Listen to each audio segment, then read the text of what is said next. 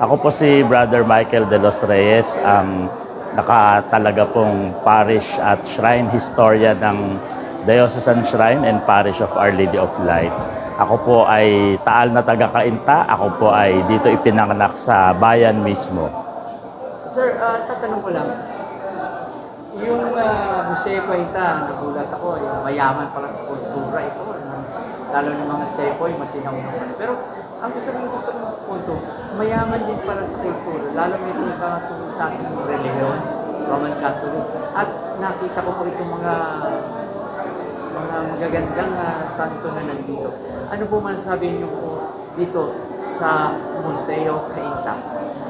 Maganda po una na nagkaroon na ng sariling museo ang bayan ng Cainta, at dito po ay ipagdidiwang natin ang mahaba nating kasaysayan, hindi lamang sa kultura kundi sa reliyon. Sapagkat kung titingnan po natin ang kasaysayan ng Cainta, nung una po tayong sinakop ng mga Kastila noong 1571, August 21, ito po yung naging daan para din makapasok ang Kristyanismo dito sa bahaging ito ng Rizal.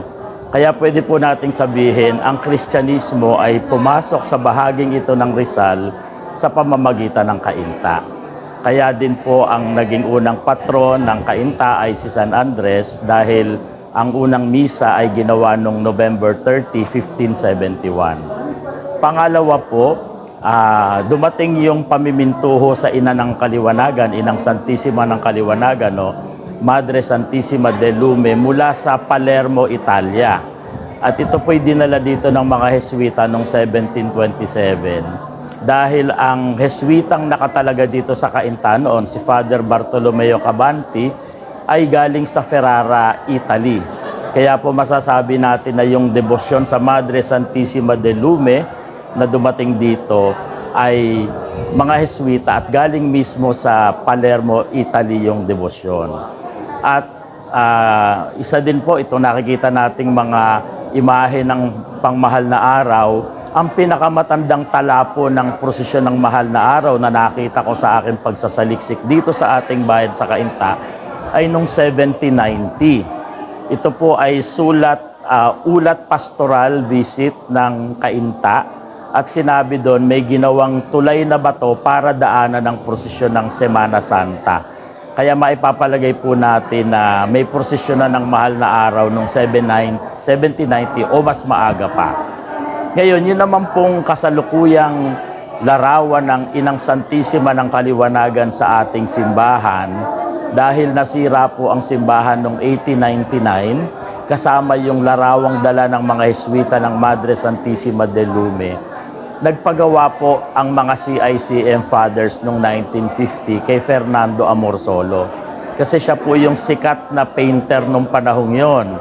At doon sa isang nakita kong isinulat ni Father Jose Flamey, siya po yung CICM Parish Priest noong 1947 hanggang 1954 dito sa bayan ng Cainta.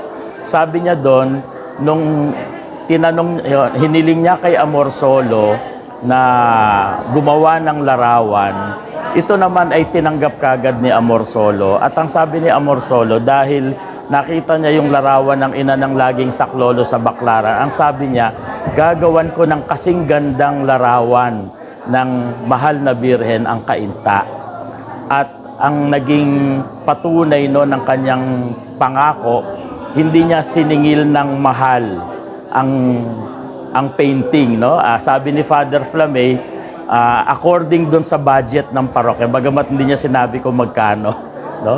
At alam po natin na ito isa sa pinakamalaking painting ni Amorsolo na nasa simbahan.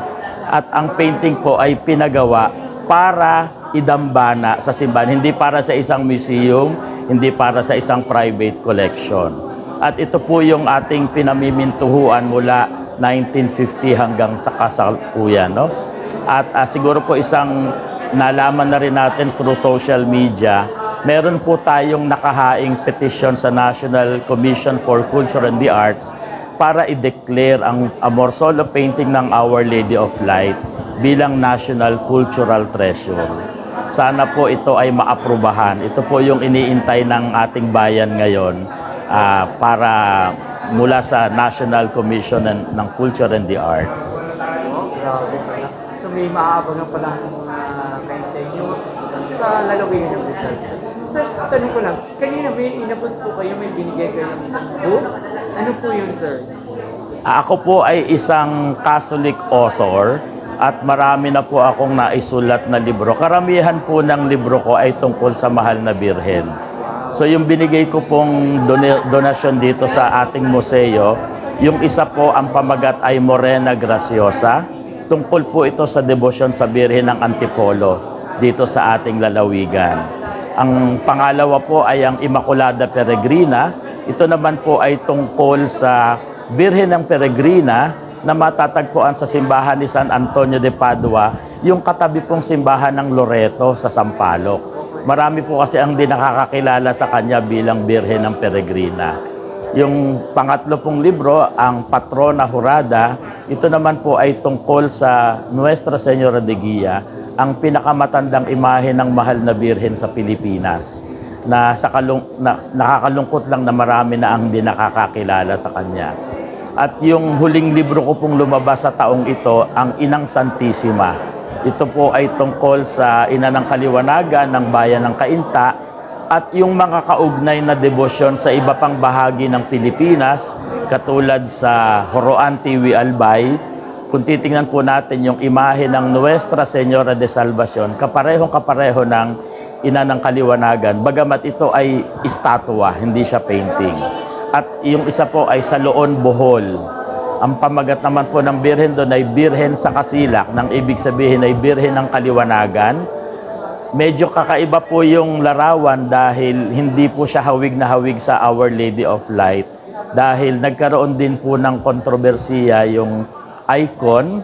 Marami ang tumutol nung panahong ito ay ginawa noong 1722 dahil daw yung taong sinasagip ng Mahal na Birhen mula sa demonyo, mali daw po yung ganong interpretasyon. Kaya naging epekto nun sa ibang larawan, inalis yung tao, inalis yung demonyo. Kaya yung Birhen sa Kasilak sa Loon, ang hawak niya po ay setro.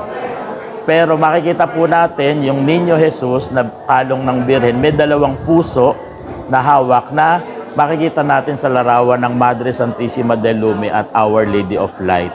At wala na rin yung ibang tauhan, halimbawa yung anghel na nakaluhod, yung anghel na naglalagay ng korona sa Mahal na Birhen. Pero ito pong mga simbahang ito ay masasabi natin kaugnay ng debosyon sa Madre Santissima del Lume.